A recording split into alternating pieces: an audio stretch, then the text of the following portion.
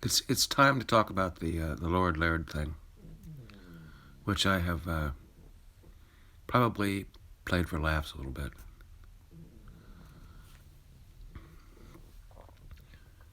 The truth is that there were three families in Salem.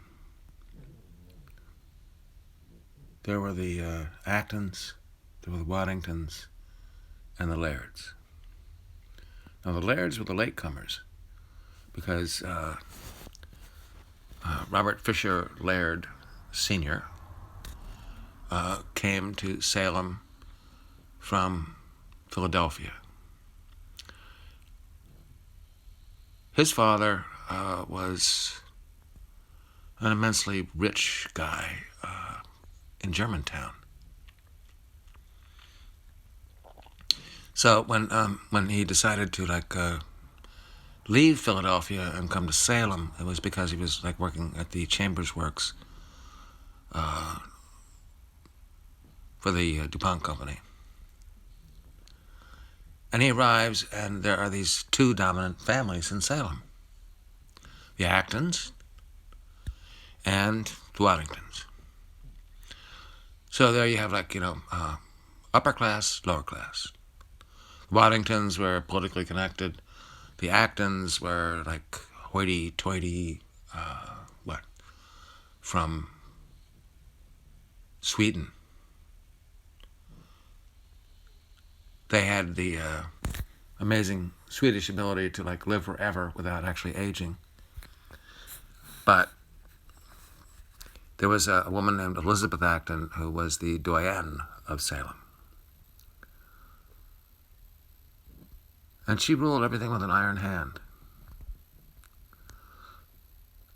And she had a son named Foreman, who was the valedictorian at Exeter and then at Princeton.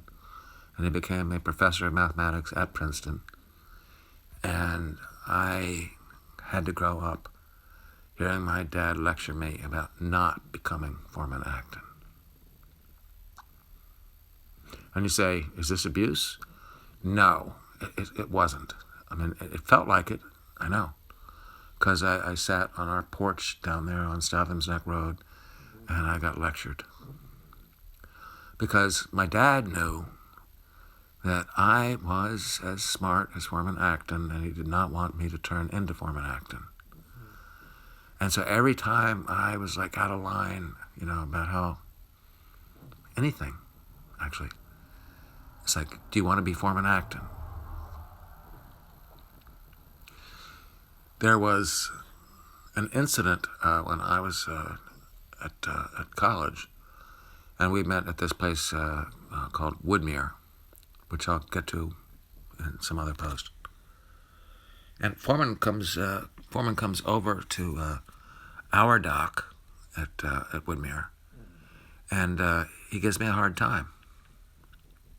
He interrogates me about what I'm doing at Harvard. And my dad just leaves me to twist in the wind. This is the first time I've ever seen Foreman Acton, whom I've heard about my whole life. And he's merciless. And I can't figure out why he would be after me. The way my dad has made me be concerned about Foreman Acton.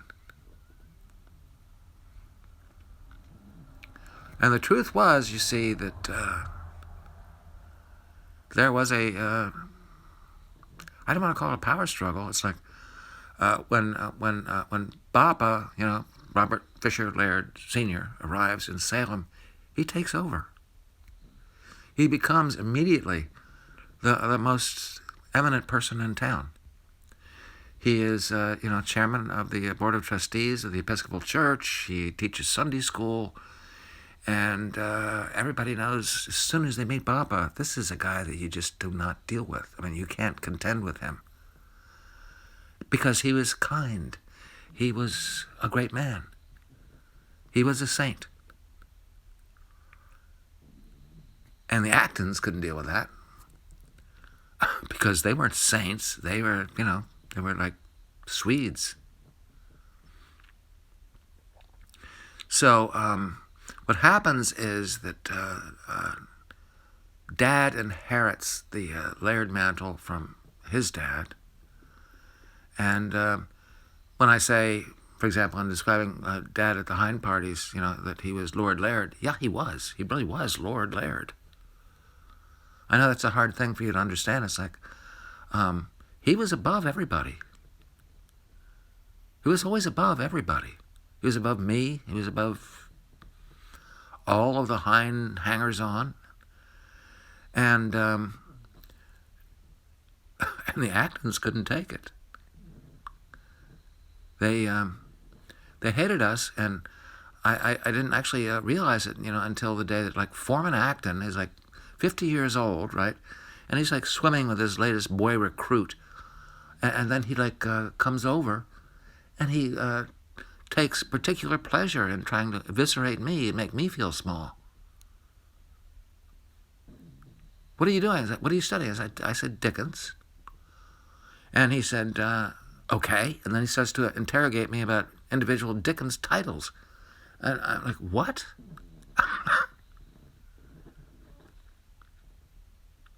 I didn't need it.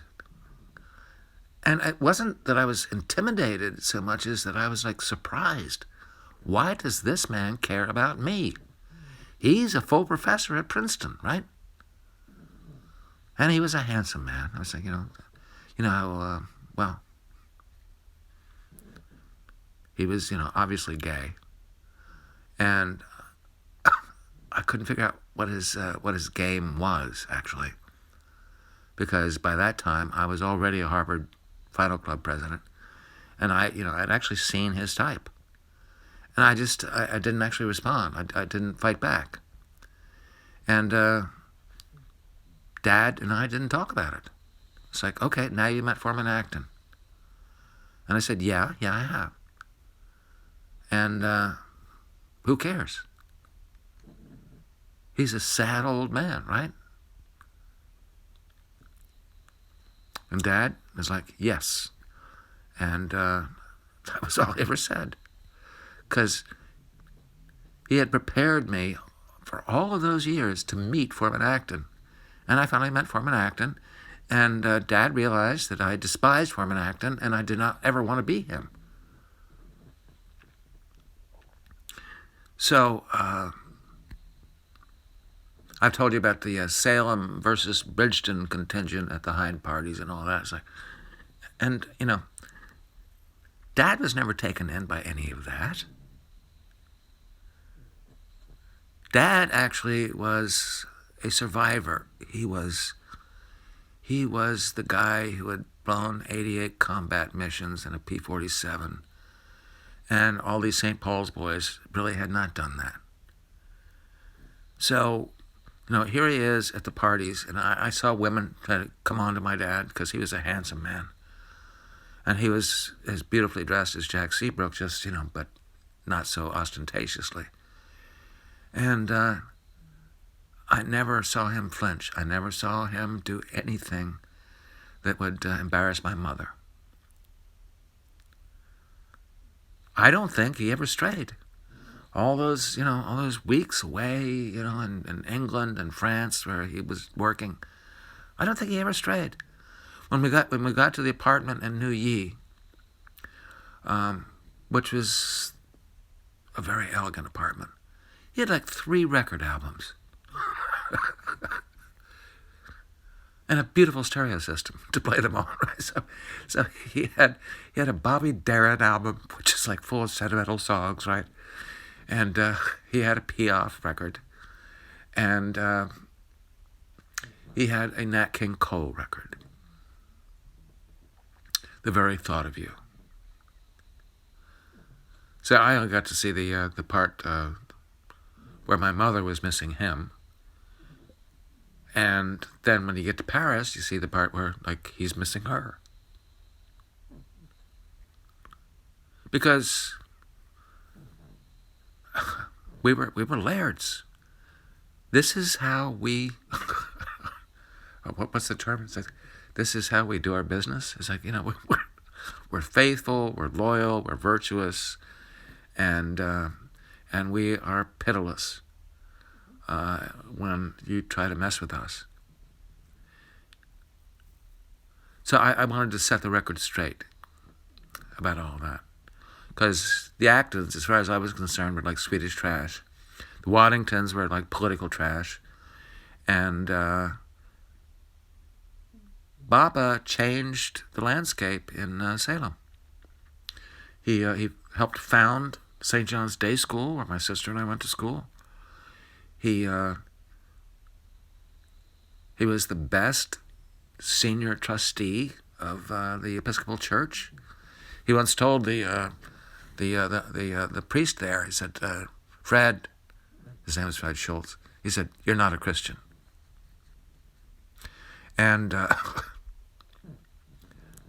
and Fred bowed his head, because he had made a living out of the story that he used to do in a communion from the hood of a Jeep in World War II. And he couldn't stand up to Baba, because Fred was not a very good man. And Baba knew who was a good man and who wasn't. Now, I know that I've written about this somewhere else, but the truth is that Baba had his own, passion, right? He got skin cancer on his back, and he went in for radiation treatment, and the radiologist left him in too long and burned a hole in his back the size of a man's fist, which had to be dressed, bandaged every single day. He lived with enormous pain, and he never complained about it.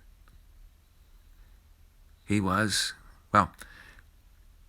his surgeon, the guy who was in charge of picking little bits of decaying bone out of his back once a month, right? When Baba finally died, he actually cried.